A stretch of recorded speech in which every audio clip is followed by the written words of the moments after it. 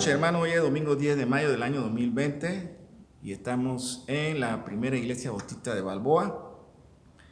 Y continuamos entonces, hermanos, con nuestro estudio sobre las cartas del apóstol Juan a la iglesia, a las 7 iglesias que encontramos en el libro de Apocalipsis.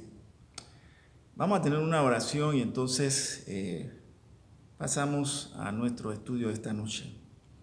Amado Dios y Padre Celestial, en el nombre de nuestro Señor y Salvador Jesucristo, Padre, gracias una vez más por la semana que ha transcurrido, Señor, por guardarnos y sostenernos, Señor, en medio de esta crisis mundial. Señor, te damos gracias.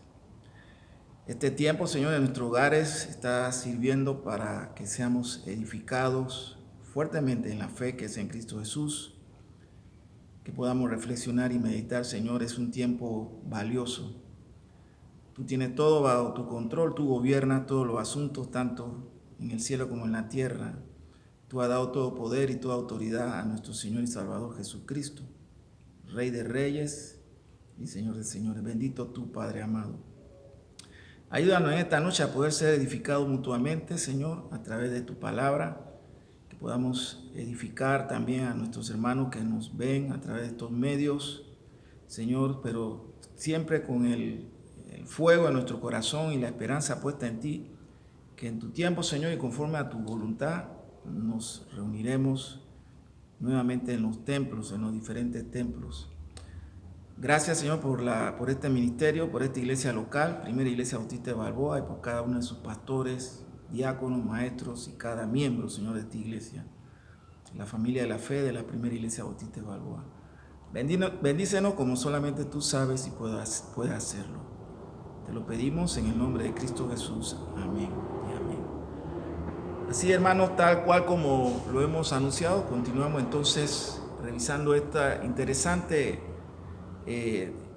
libro de Apocalipsis. Siempre el libro de Apocalipsis está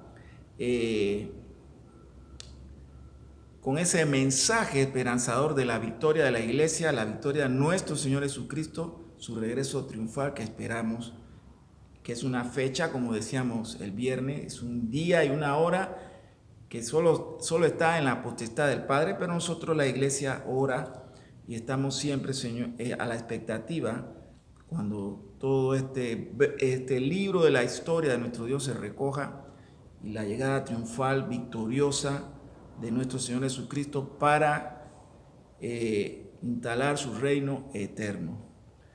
En el libro de Apocalipsis, o el libro de Revelaciones del apóstol Juan, hay 7 cartas dirigidas a 7 iglesias. Estas iglesias fueron reales, fueron iglesias históricas y que de alguna manera representan también alguna forma de la iglesia a través de los siglos y en nuestros tiempos igual. Así que hemos titulado esta reflexión, este estudio, vamos a estudiar la primera, la carta a la iglesia de Éfeso, y hemos titulado La promesa a los fieles de la iglesia.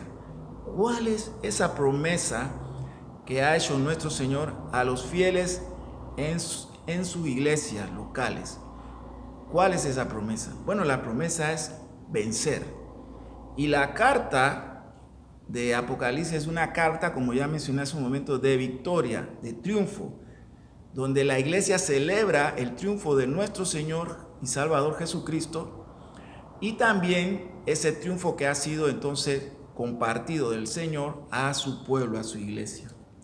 Entonces vamos a ver Apocalipsis capítulo 2, específicamente el verso 7, pero vamos a ir desglosando o desgranando el mensaje a esta iglesia de los Efesios.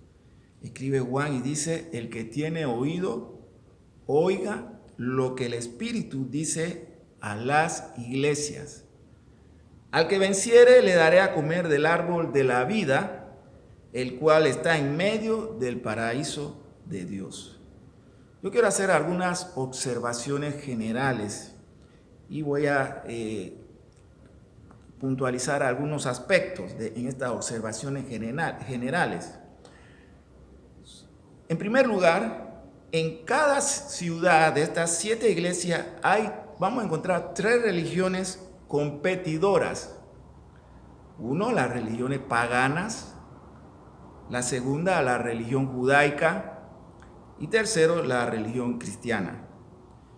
Y en cada una de las otras cartas vemos igualmente evidencia de este conflicto y de esta competencia.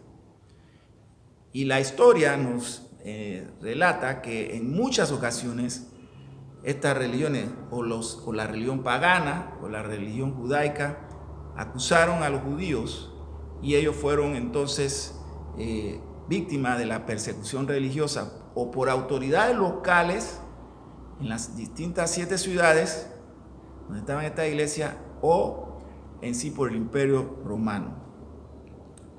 Lo segundo es que nos referimos al significado del término ángel. Cada carta comienza con esta introducción, esta frase, al ángel. Entonces, hay quienes han hecho el supuesto, pero creo que equivocadamente, que estos ángeles de la guarda comunicaban mensajes a las iglesias, que eran seres espirituales, seres angelicales. Pero realmente la palabra significa mensajero, en este caso a los pastores, quienes son los representantes o mensajeros de la iglesia que tienen la responsabilidad de comunicar el mensaje del evangelio y también cuidar a la iglesia, pastorear a la iglesia, vigilar por la santidad de la iglesia y vigilar también por las disciplinas eclesiásticas. Mi tercer punto, mi tercera observación es que cuando se refiere a la doctrina de Balaam, que lo vamos a ver también en esta carta, al cual se hace referencia en las cartas que fueron enviadas a 2 o 3 de estas iglesias. Y cuando hablamos de Balaam tenemos que inmediatamente referirnos al Antiguo Testamento.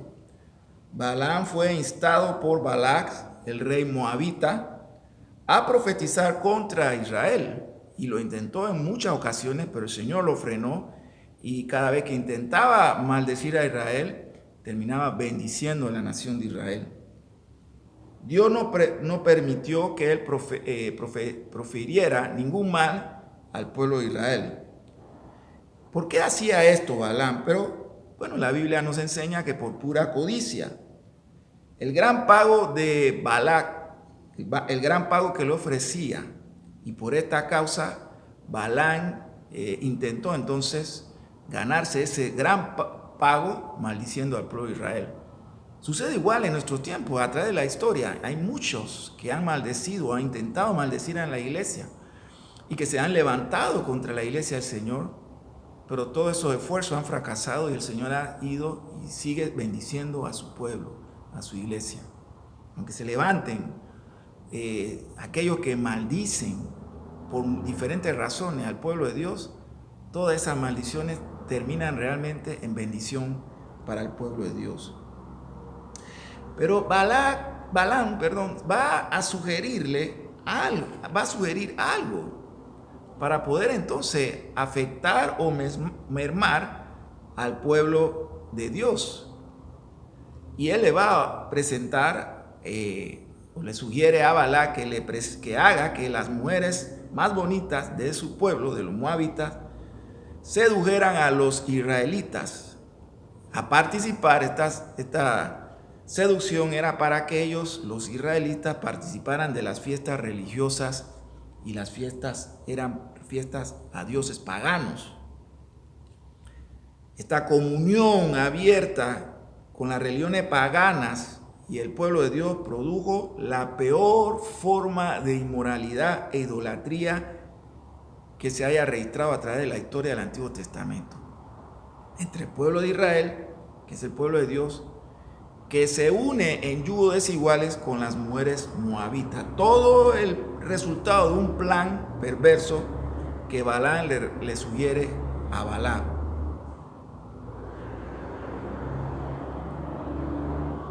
Habían pues hombres y mujeres que vivían en esta iglesia, en la iglesia de las 7 que vamos a considerar, las cuales también enseñaban esta doctrina de Balaam, de corromper al pueblo de Dios. Enseñaban, por ejemplo, la comunión abierta entre las religiones, ese ecumenismo entre la religión cristiana con las religiones paganas. Ellos decían, ven tú a mi fiesta y yo iré a la tuya. Yo participaré en tu banquete a tus dioses o ídolos y tú participarás o nosotros participaremos de la cena del Señor. Qué cosa más terrible, este yugo desigual. Y muchas de estas iglesias, de las 7 que aparecen en Apocalipsis, cedieron a la presión social del mundo alrededor de ellos, del mundo caído, queriendo estar bien con el mundo, con la sociedad de su tiempo, y de esa manera claudicaron o dejaron de ser la iglesia que guarda y protege la sana doctrina. En 1 Corintios capítulo 10, versos 21 y 22, Pablo escribe, advirtiendo sobre estas uniones extrañas, estos yugos desiguales entre el pueblo de Dios y el mundo. Y Pablo dice, tú no puedes participar de la copa del Señor y de las de los demonios, por favor. Tenemos que tener ese celo, cuidar con quién estamos haciendo alianzas. En muchas ocasiones a través de los años nosotros hemos recibido muchos tipos de llamado a hacer alianzas sobre temas que en efecto son importantes para la iglesia local, en este caso para la primera iglesia bautista de Balboa, pero tan importantes son los temas en el cual tenemos que quizás hacer algún tipo de alianza, pero también tenemos que vigilar específicamente con quién nos estamos aliando. Y en muchas ocasiones nosotros hemos tenido que decir, no podemos. En otras ocasiones, como cuando se estaba discutiendo el tema de la familia, de proteger la familia, por supuesto hemos tenido que cerrar filas con otros hermanos de otras iglesias, con congregaciones cristianas, pentecostales, o con algunos grupos de sociedad, dentro de la sociedad que protege o lucha por proteger la familia tradicional o la familia como la encontramos diseñada y descrita perfectamente en las Escrituras. Así que estas iglesias se vieron tentadas en muchas ocasiones por la sociedad a su alrededor. Cuando hablo de esta iglesia me refiero a las 7 iglesias de Apocalipsis. Entonces, hablando específicamente de la primera carta dirigida a la iglesia de los Efesios, esta ciudad fue la metrópolis del tiempo antiguo. Dicen los historiadores que poseía una de las 7 maravillas del mundo. ¿Cuál era esa maravilla del mundo? El templo de Diana, cuya religión, sin embargo, no fue tanto una religión griega ni una religión oriental, puesto que esta en particular, la que estaba en la región de Éfeso, en el puerto específicamente, la Diana de los Efesios era representada por un ídolo de madera, una monstruosa imagen llena de senos que representaban los senos maternos y que pues manifestaba la fecundidad de la naturaleza. Una Diana muy distinta a la Diana de los griegos, y generalmente he escuchado a alguien exponer sobre este asunto específicamente de templo de Diana y confunden la Diana de la idolatría o de Diana de los griegos con esta Diana en particular. Esta era una imagen muy monstruosa. Lo otro interesante es cuando se refiere al ángel de la iglesia de Éfeso. ¿Quién era él? ¿Quién era este pastor que estaba pastoreando o cuidando esta iglesia? Algunos afirman que era Timoteo. Sin embargo, en el tiempo que Juan escribió esta carta, no hay evidencia de que Timoteo estuviera pastoreando Éfeso. Y es muy dudoso por el hecho de que Timoteo nunca, de hecho, fue pastor. Sí fue un evangelista, o como nosotros también le llamamos, un misionero, o un delegado apostólico de parte del apóstol Pablo. Y aún en la segunda carta que escribió Pablo lo está llamando a que venga de Éfeso a Roma. Recuerdan que Pablo está solo y pide a Timoteo que por favor vaya a Roma a acompañarlo.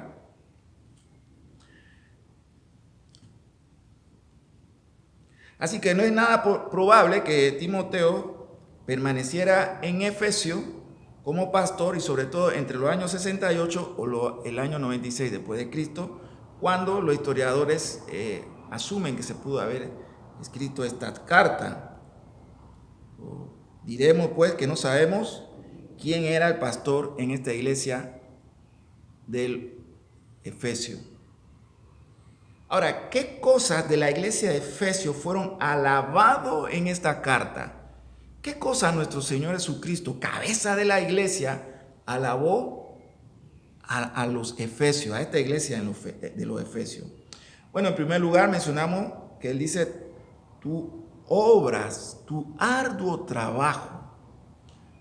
Los miembros de esta iglesia eran cristianos comprometidos, eran hombres diligentes, eran creyentes diligentes. ¿Diligente en qué? Diligente quizás en la evangelización de su entorno, de su comunidad, quizás diligente en el apoyo misionero, quizás diligente en las tareas propias de la iglesia local, pero lo cierto es que el Señor reconoce su arduo trabajo.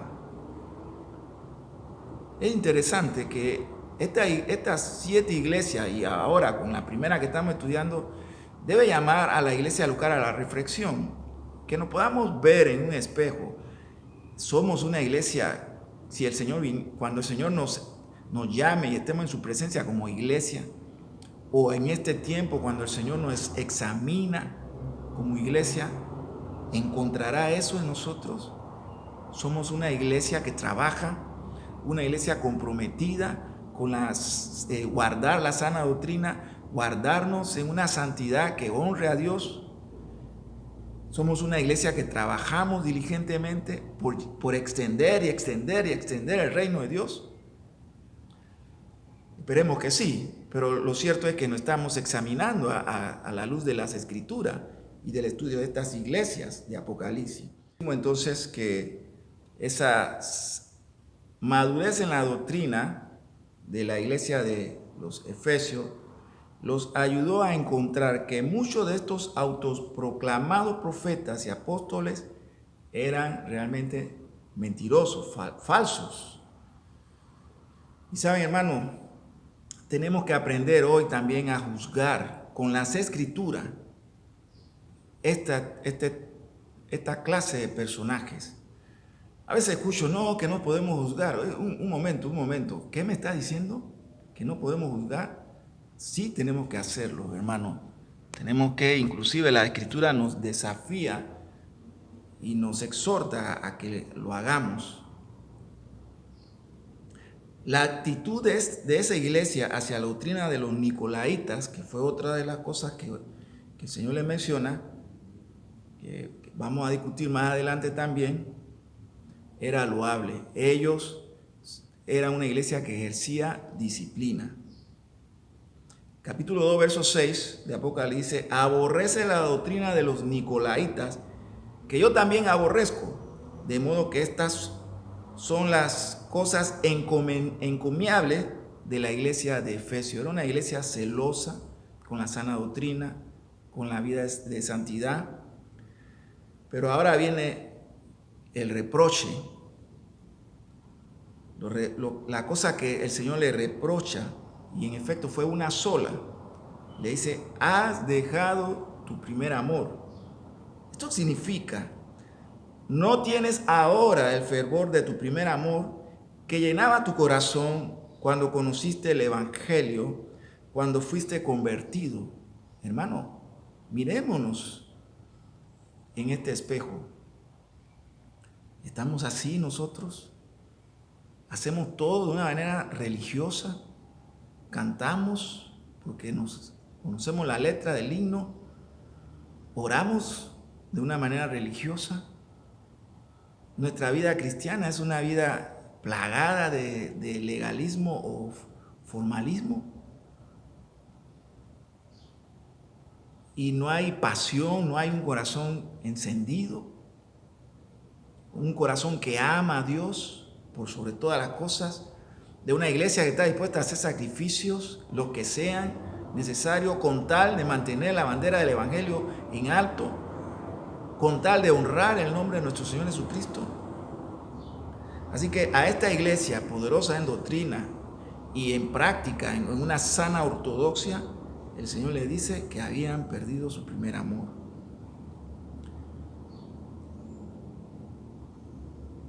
Habían sentido que su amor disminuía, pero no se detuvieron a buscar de parte del Señor ese avivamiento en su vida como iglesia y en su vida personal como cristiano. Hay dos cosas que la iglesia siempre tiene que velar y examinar. Una es la sana doctrina y lo segundo es una sana disciplina eclesiástica. El que ha sentido disminuir, como he dicho, el amor que tenía en su corazón cuando Dios lo convirtió, necesita ser avivado, y ese era el estado de la iglesia de Efesio. Necesitaba ser avivado, pero no buscaron de parte del Señor que nuevamente hiciera arder en su corazón la pasión y el amor por el Señor. Le faltaba el amor que caracteriza a una congregación sana, a una congregación que vive para la gloria de Dios. Así que vamos a hacer la conclusión de esta primera iglesia que hemos examinado hoy domingo. Pero vamos a hacerlo viendo a la iglesia de Balboa.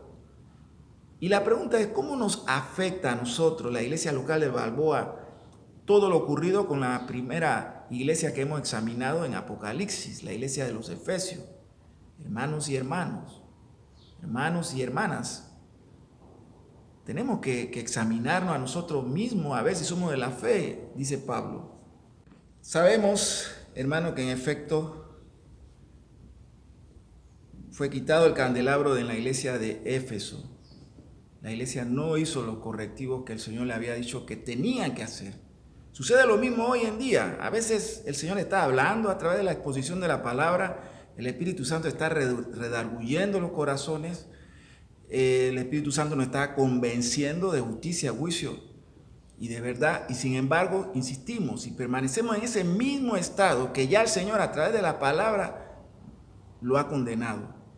La iglesia de Éfeso no hizo lo correctivo, no buscó avivar ese primer amor, el cual ya habían perdido, y desapareció.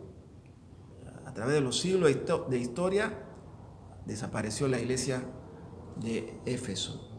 Entonces tenemos que examinarnos hoy como iglesia local, en medio de toda esta crisis, pero no solamente en medio de esta crisis que hoy vivimos, que vive el mundo, sino que incluso tenemos que examinarnos constantemente. Pablo siempre está diciendo que debemos examinarnos, a ver si somos de la fe, a ver si nos mantenemos en el camino de la sana doctrina, de la sana ortodoxia, que no somos arrastrados por cualquier viento de doctrina o cualquier corriente moderna que golpee la puerta de la entrada de la iglesia y quiera entrar, afectando nuestra liturgia, nuestra ortodoxia y finalmente nuestro mensaje de la predicación de la palabra de Dios, del mensaje del Evangelio. Cedemos a las tentaciones y no queremos rectificar, y el Señor finalmente tiene que quitar el candelabro de las iglesias locales y lo sigue haciendo hoy. Procuremos examinarnos siempre, examinar todos estos aspectos, probar a los hombres que se paran en los púlpitos, si de lo que están predicando está conforme a las Escrituras o son sus palabras, sus opiniones. Tenemos que examinar cómo andamos en santidad, si somos una iglesia que practica una santidad bíblica, no legalismo. Finalmente tenemos que examinar cómo estamos en cuanto al llamado que el Señor le ha hecho a la iglesia de ser testigo de Cristo a un mundo que está muerto en sus delitos y en su pecado. La iglesia de Efesios, fuerte en la predicación, en la sana doctrina, fuerte en probar a los que se llamaban apóstoles y no lo eran, fuerte en enfrentar a los falsos profetas como Balaam, y sin embargo había perdido el amor al Señor. Que esta semana podamos reflexionar en eso y examinar si estamos en ese primer amor, y si encontramos que no hemos enfriado, decirle al Señor que nos perdone y que nos ayude nuevamente a estar con un corazón gozoso, alegre y comprometido con nuestro Señor y con la predicación del Evangelio. Oremos. Amado Dios y Padre Celestial, te damos gracias, Señor, por tu palabra. Tu palabra nos consuela, tu palabra nos amonesta, y tu palabra nos exhorta, y tu palabra nos levanta. Ayúdanos, Señor. Sabemos que nos podemos distraer fácilmente o ser seducidos por un mundo que quiere encantar y apartar a la iglesia de su sincera fidelidad por Cristo. Ayúdanos, Señor, a estar alerta. Ayúdanos, Señor, a que todo lo que hacemos sea motivado por el gran amor que sentimos por ti, Señor, porque estamos profundamente agradecidos, porque tú nos sacaste, Señor, de donde estábamos, en nuestra condición de muertos, y nos diste vida y vida eterna. Que haya siempre amor y gratitud en esta iglesia y en cada corazón por la obra tan grande de salvación que tú has hecho por nosotros. Padre, te pedimos esto en el nombre de Cristo Jesús. Amén.